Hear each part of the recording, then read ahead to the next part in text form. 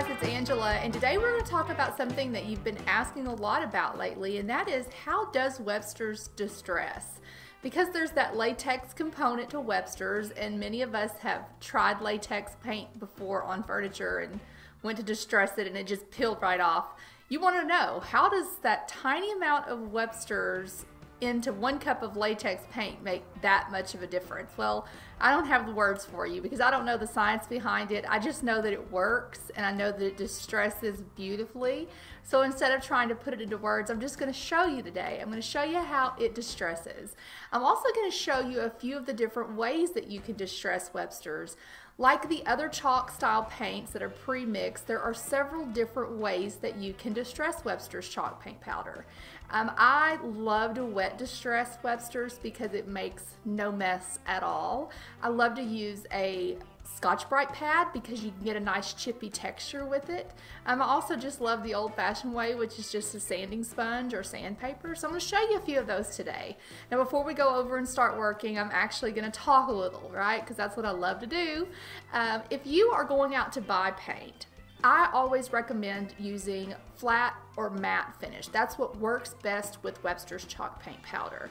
That said, if you have some paint in the garage or you run across a mist tint for $5 a gallon, you don't pass that up, right? Grab it. You're just going to want to adjust your ratio of Webster's a little and add in a little more powder.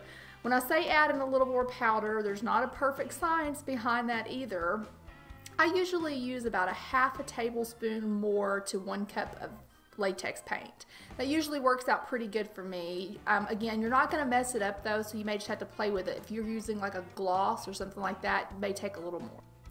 If you have any questions at all though, you feel free to contact us. We are here to help you succeed. You can also find out more about workshops that are being conducted near you. There are hashtags at the end of the tutorial so you can easily connect with us. Wherever you're hanging out socially, we're there too. And we look forward to connecting with you. So I will see you soon. I'm starting out with a medium grit sanding sponge.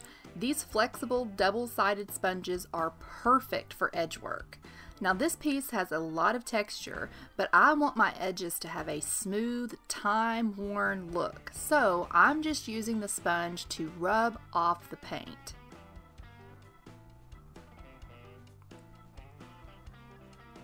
Now for the center, I really want to take advantage of the raised texture, so I'm going with a heavy grit and a light touch.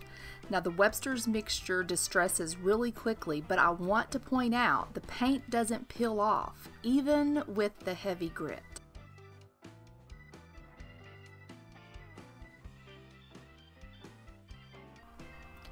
Now let's wet distress.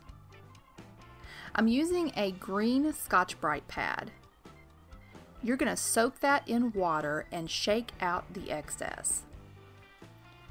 Now this is very important. You're going to use a very light pressure. The paint will come off really quickly and you don't want to take off too much. Also, things can get really cloudy, so it'll be hard to tell how much is actually coming off. So keep a rag nearby and gently wipe away periodically to see how much you're actually removing. You'll reveal this really chippy texture.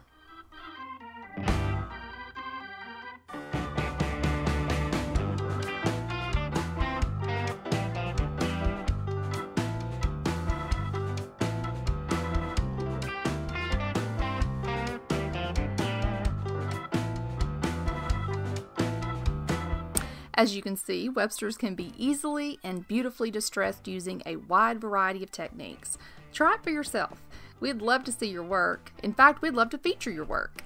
Don't be shy, send us your photos. You can tag us on Facebook and Instagram using the hashtags at the end of the tutorial.